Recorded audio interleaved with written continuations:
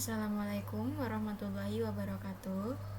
Perkenalkan, nama saya Robiatul Ismaini dengan NIM 182221006. Nah, dalam video ini saya akan mengomentari satu video YouTube di mana video itu telah saya tonton dan video itu berkaitan dengan materi yang telah didiskusikan bersama dengan kelompok saya, yaitu materi Lagrange equation.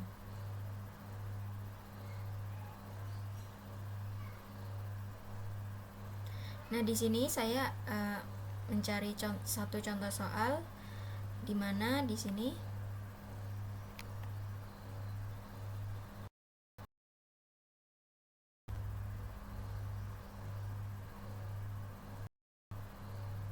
Halo para penggemar fisika, berjumpa kembali dalam membahas persamaan Lagrange. Ini problem yang keempat ya. Semakin banyak contoh, insya Allah akan semakin Nah, di mana ngerti ya. di sini ada sebuah yoyo.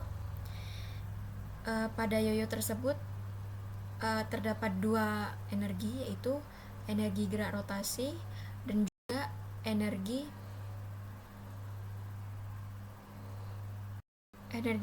gerak rotasi. Ya, energi gerak rotasinya yang melingkar dan juga energi gerak yang berpindah. Nah, di sini kita akan mencari percepatan yoyo sesaat setelah dilepas dengan menggunakan Lagrangian. Nah, di sini diketahui yoyo dengan massa m dan jari-jari r dan momen inersianya I digantung pada plafon, mula-mula ditahan, diam, dan dilepaskan. Hitung percepatan yoyo sesaat setelah dilepaskan dengan menggunakan Lagrangian. Nah, kita tahu rumus dari Lagrangian itu merupakan L sama dengan T dikurangi V, di mana L-nya sendiri merupakan Lagrangian dan T-nya sendiri merupakan energi kinetik dan juga V-nya sendiri merupakan energi potensial.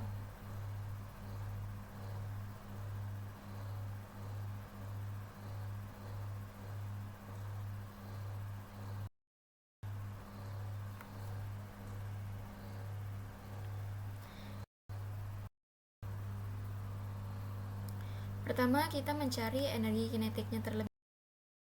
Seperti yang sudah saya sebut tadi, kalau di sini terdapat dua energi, yaitu energi rotasi dan juga energi yang bergeser, di mana T-nya sama dengan rumus dari energi kinetik itu setengah mv kuadrat. Nah, di sini yaitu setengah mv kuadrat ditambah setengah I omega kuadrat.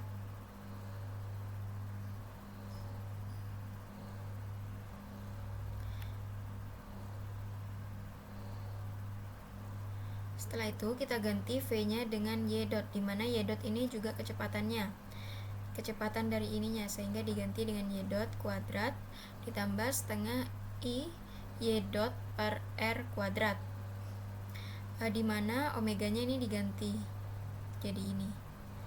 Lalu setelah itu kita mencari energi setelah diperoleh energi kinetiknya seperti ini, T sama dengan setengah M plus I per 2R kuadrat Y dot kuadrat. Energi kinetiknya sudah diperoleh, selanjutnya mencari yaitu energi potensialnya, di mana rumus dari energi potensial pada umumnya itu V sama dengan mgh. M merupakan massa, G merupakan gerak gravitasi bumi, dan H-nya merupakan ketinggiannya. Nah, di sini kita menggunakan ketinggian Y, dan di sini minus. Kenapa minus? Karena ini berada di bawahnya tongkat ini, di bawah plafon, bergeraknya ke bawah sehingga minus, sehingga diperoleh V sama dengan minus mgy.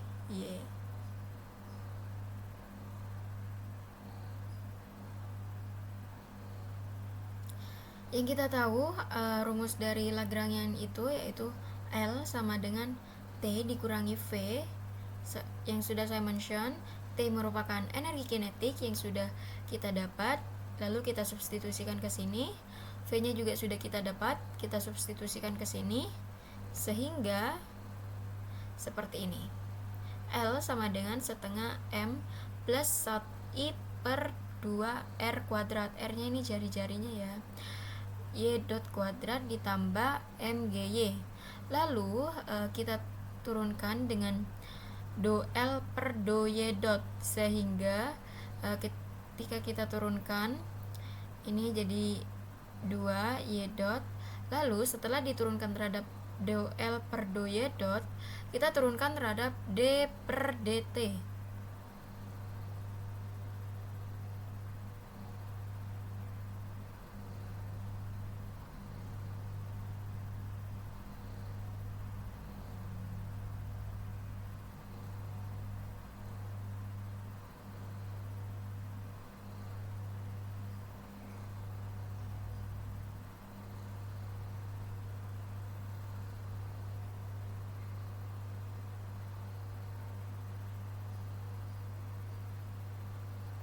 Seperti ini. Setelah diturunkan, do L per do Y dot diperoleh M plus 1I per R kuadrat Y dot. Selanjutnya kita turunkan terhadap D per DT.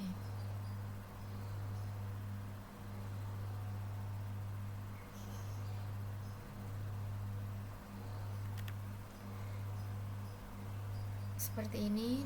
Lalu kita turunkan do L per do Y diperoleh MGY, yang ini yang diturunkan. Kita tahu rumus dari persamaan gerak Lagrange yaitu D per DT dikali do L dikurangi do Y dot dikurangi do L per do Y sama dengan 0. Setelah kita peroleh dari do L per do Y dot dikurangi do L per do Y sama dengan 0, kita substitusikan yang telah diperoleh seperti ini. Setelah disubstitusikan, lalu kita pindahkan minus MG-nya ke sini, ke sebelah kanan.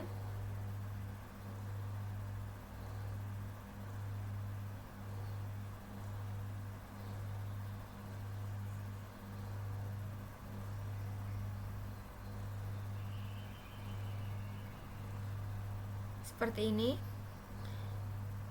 Y dot ini juga sama dengan A ya. Jadi bisa kita ganti dengan A karena yang di sini dicari adalah percepatannya.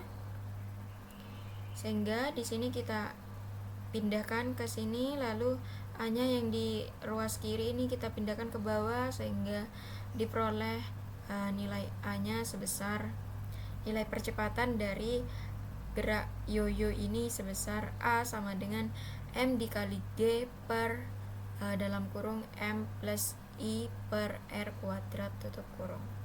Nah, dari video ini saya bisa menyimpulkan, yaitu saya jadi paham bagaimana cara memperoleh gerak percepatan dari yoyo. Kita bisa menyederhanakan rumus dari banyaknya rumus ini, kita bisa sederhanakan menjadi seperti ini.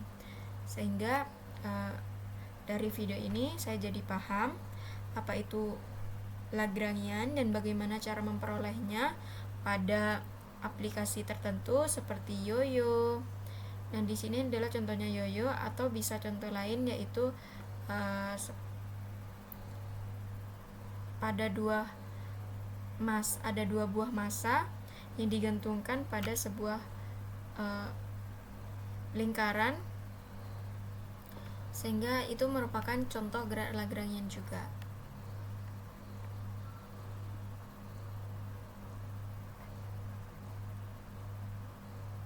Nah, selanjutnya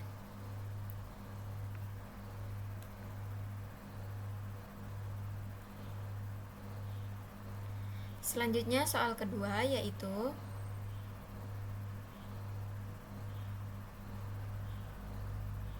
soal kedua di sini disebutkan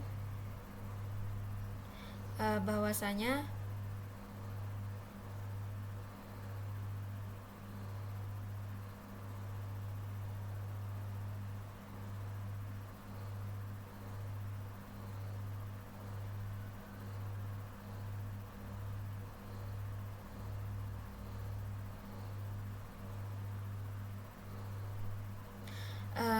Saya disuruh berdiskusi dengan ChatGPT, membuat halaman kosong, ya. Lalu membuat codingan bilangan random dari 1 sampai 7 dengan menggunakan bahasa Python.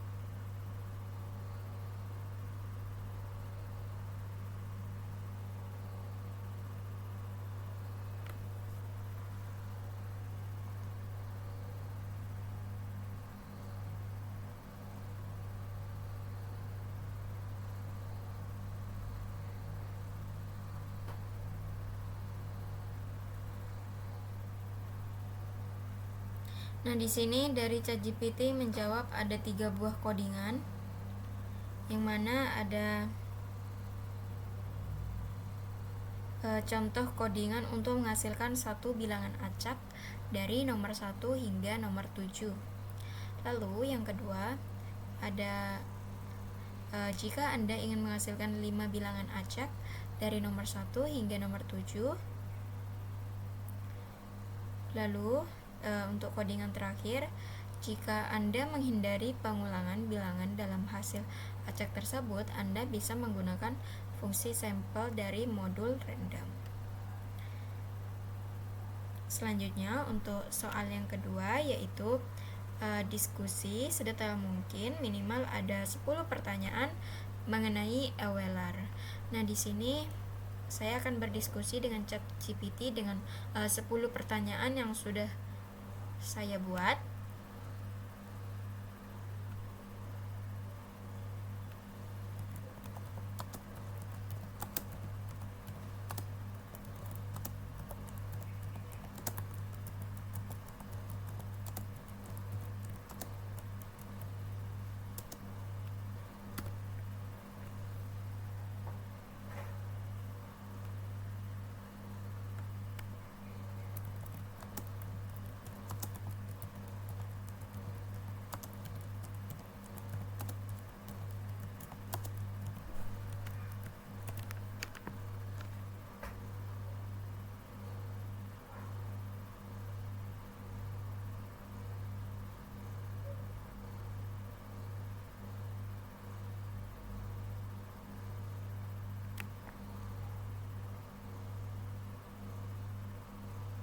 Nah, di sini saya bertanya kepada ChatGPT, saya akan berdiskusi tentang materi EULAR. Lalu ChatGPT menjawab, ada beberapa topik utama terkait EULAR yang bisa kita didiskusikan. Yang pertama ada identitas EULAR. Ini adalah salah satu persamaan paling terkenal dalam matematika yang menghubungkan 5 konstanta matematika penting, yaitu eksponensial pangkat I dikali Pi plus I sama plus 1 sama dengan 0. Nah, identitas ini menggabungkan eksponensial, bilangan imajiner, dan konstanta Pi, eksponensial, dan 1 dalam satu persamaan yang sederhana namun mendalam. Lalu yang kedua ada fungsi gamma EULAR. Fungsi ini merupakan perluasan dari faktorial ke bilangan kompleks. Ini digunakan dalam banyak area analisis matematis dan teori probabilitas. Lalu yang ketiga ada teorema EULAR. Di bidang teori bilangan, teorema EULAR adalah generalisasi dari teorema kecil format dan digunakan dalam kriptografi. Lalu yang keempat ada karakteristik dari EULAR. Dalam topologi, karakteristik EULAR adalah invarian topologi yang fundamental yang digunakan untuk mengklasifikasikan permukaan. Lalu yang kelima ada graf Eulerian. Dalam teori graf, sebuah graf Eulerian adalah graf yang memungkinkan kita untuk menelusuri setiap sisi tepat sekali kembali ke titik awal. Ini dikenal dari masalah jembatan Koningsberg yang terkenal. Lalu yang keenam ada polinomial Euler. Digunakan dalam banyak bidang matematika termasuk teori bilangan dan analisis. Konstanta Euler Maccheroni gamma. Ini adalah konstanta penting dalam analisis yang muncul dalam perkembangan deret harmonik. Lalu yang terakhir ada persamaan Euler-Lagrange. Penting dalam mekanika klasik dan variasional kalkulus. Ini adalah dasar dari banyak prinsip dalam fisika. Nah, pertanyaan saya pertama saya kepada ChatGPT, apa yang dimaksud dengan Euler formula dalam analisis kompleks?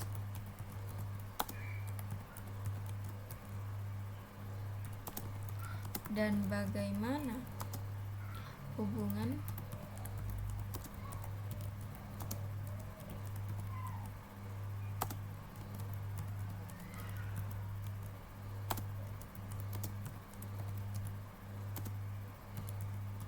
trigonometri dijelaskan oleh formula ini?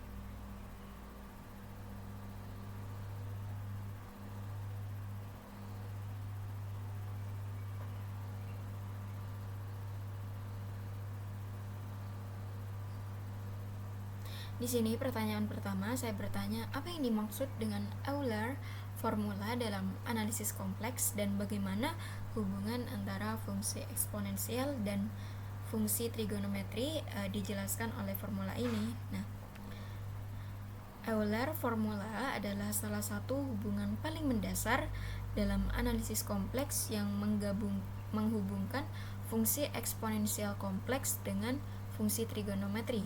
Dinyatakan sebagai eksponensial pangkat i dikali x sama dengan cos x plus i sin x. Di sini eksponensial adalah basis dari logaritma alami. I atau adalah unit imajiner, yang mana yang kita ketahui apabila i pangkat 2 sama dengan minus 1. Sedangkan jika i sama dengan akar minus 1 dan x adalah bilangan real. Penjelasan dari Euler formula. Euler formula memberikan cara untuk mempresentasikan bilangan kompleks dalam bentuk eksponensial. Ini memiliki implikasi yang luas dalam banyak bidang, termasuk analisis kompleks sinyal dan sistem dan teori kontrol. Lalu, hubungan dengan fungsi trigonometri. Euler formula menunjukkan bahwa fungsi eksponensial kompleks dapat diuraikan menjadi komponen real dan imajiner yang terkait dengan fungsi trigonometri. Ini berarti kita dapat mengekspresikan sinus dan kosinus dalam bentuk eksponensial. Cos x sama dengan kita tahu ini sudah diajari pas awal-awal FISMAT. Kita tahu bahwasanya cos x sama dengan eksponensial pangkat i dikali x ditambah eksponensial pangkat minus i dikali x per 2. Sedangkan untuk sin x sama dengan eksponensial pangkat i dikali x dikurangi eksponensial pangkat minus I dikali X dibagi per 2I. Ini sangat berguna dalam analisis sinyal, pemrosesan gambar, dan berbagai bidang teknik lainnya, karena memungkinkan kita untuk menggunakan alat-alat analitik yang lebih kuat yang biasanya digunakan dalam analisis eksponensial. Lalu derivasi Euler formula. Euler formula dapat diturunkan dari deret Taylor atau deret Maclaurin untuk fungsi eksponensial I pangkat X, fungsi kosinus cos X, dan fungsi sinus sin X. Mari kita lihat masing-masing dari deret Taylor. Untuk fungsi eksponensial kompleks pangkat I dikali X sama dengan 1 ditambah I dikali X dikurangi X kuadrat per 2 faktorial dikurangi imajiner dikali X pangkat 3 per 3 faktorial ditambah X pangkat 4 per 4 faktorial ditambah imajiner dikali X pangkat 5 per 5 faktorial dikurangi dan seterusnya. Lalu untuk fungsi kosinus cos X sama dengan 1 dikurangi X kuadrat per 2 faktorial ditambah X pangkat 4 per 4 faktorial dikurangi dan seterusnya. Nah, untuk fungsi sinus sin X sama dengan X dikurangi X pangkat 3 per 3 faktorial ditambah X pangkat 5 per 5 faktorial dikurangi dan seterusnya.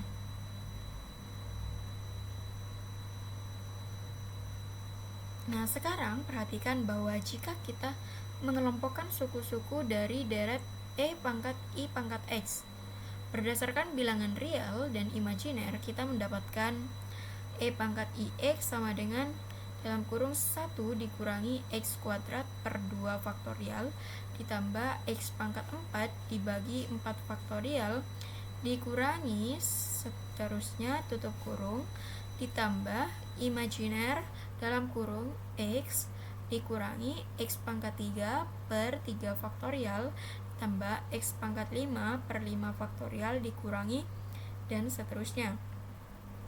Yang mana kita ketahui bahwasanya pangkat IX itu sama dengan cos X plus I sin X.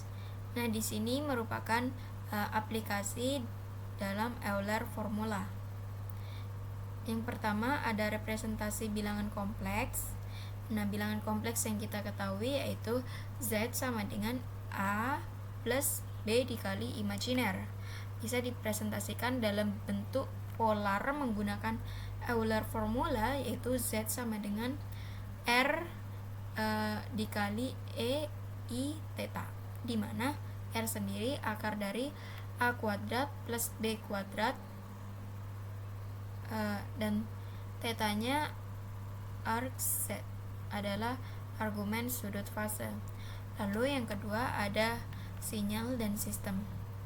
Euler formula memungkinkan kita untuk mempresentasikan sinyal sinusoidal sebagai eksponensial kompleks yang menyederhanakan analisis frekuensi dan memungkinkan penggunaan transformasi Fourier.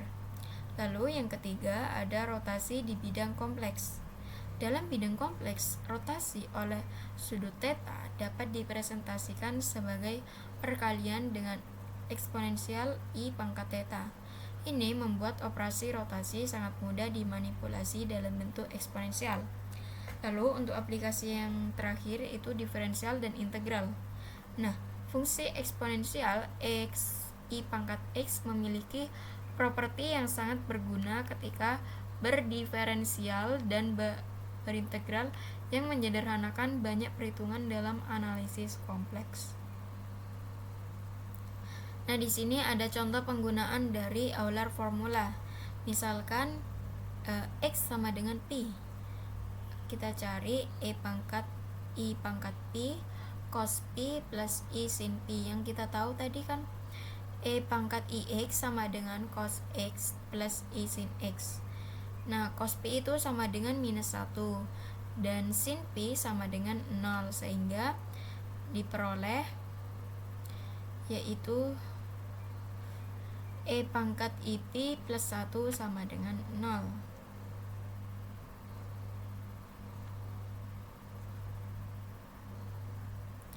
Lalu untuk soal yang kedua,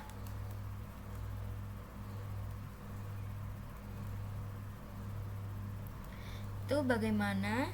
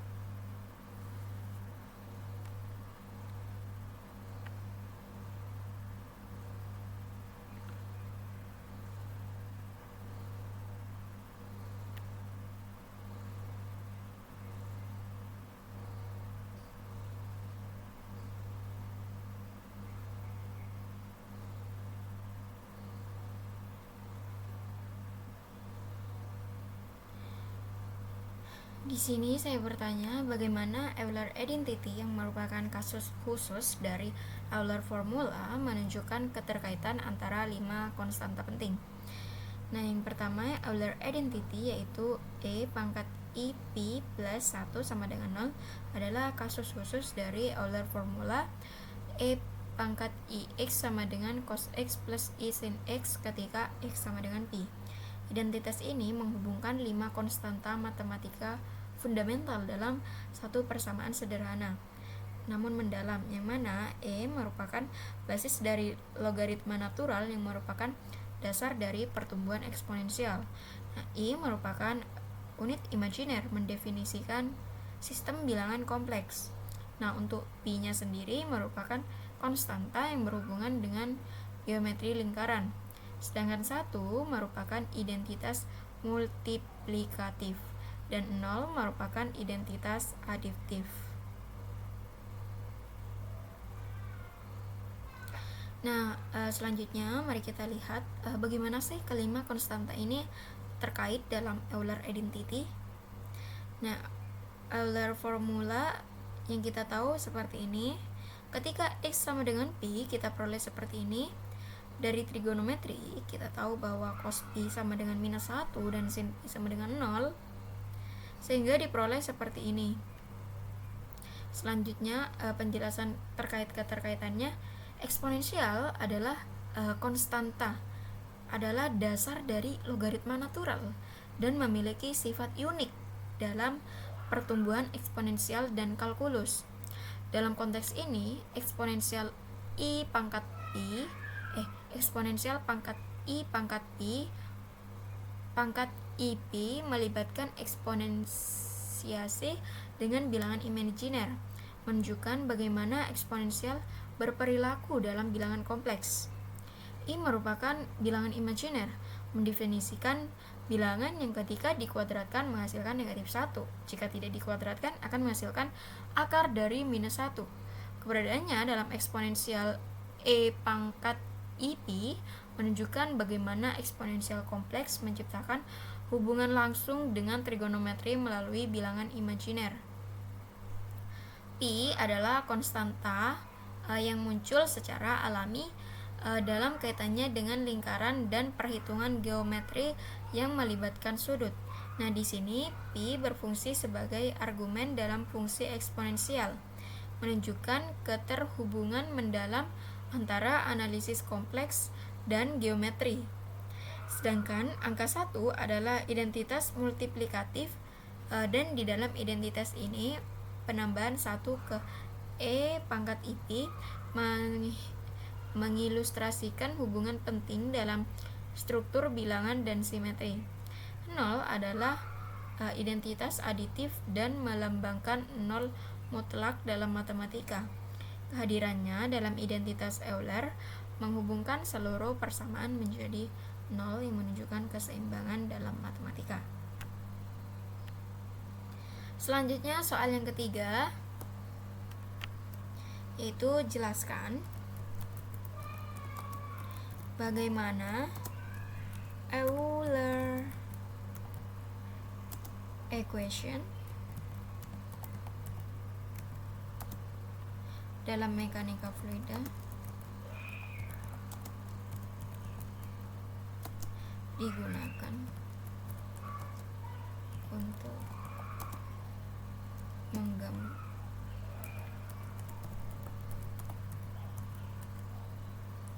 menggambarkan aliran fluida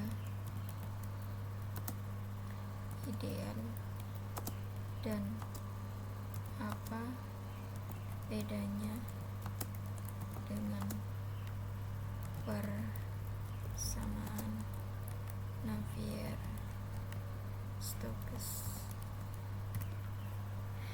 Nah, di sini pada soal nomor 3 saya bertanya, jelaskan bagaimana Euler equation dalam mekanika fluida digunakan untuk menggambarkan aliran fluida ideal dan apa sih bedanya fluida ideal dan apa bedanya dengan persamaan Navier-Stokes.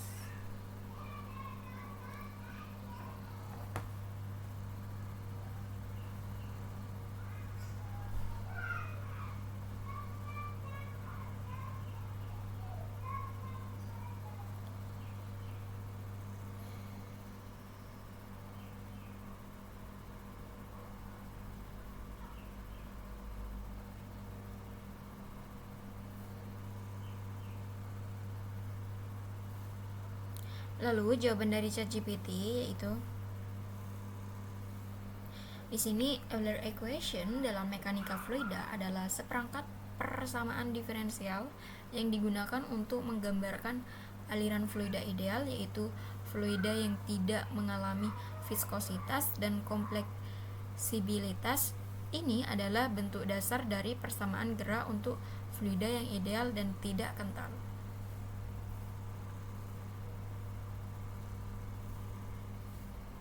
Selanjutnya, untuk pertanyaan yang keempat, saya bertanya, apa peran Euler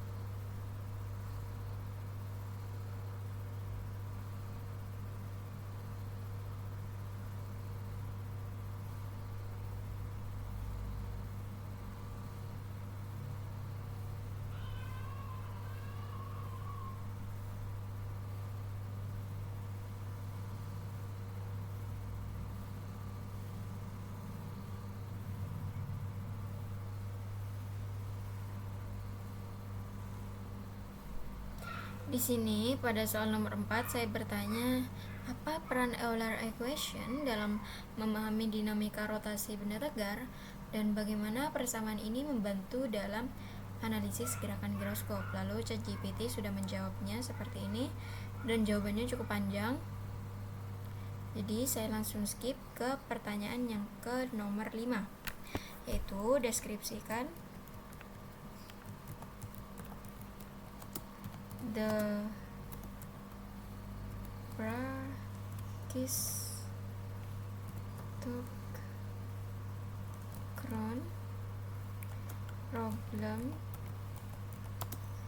dan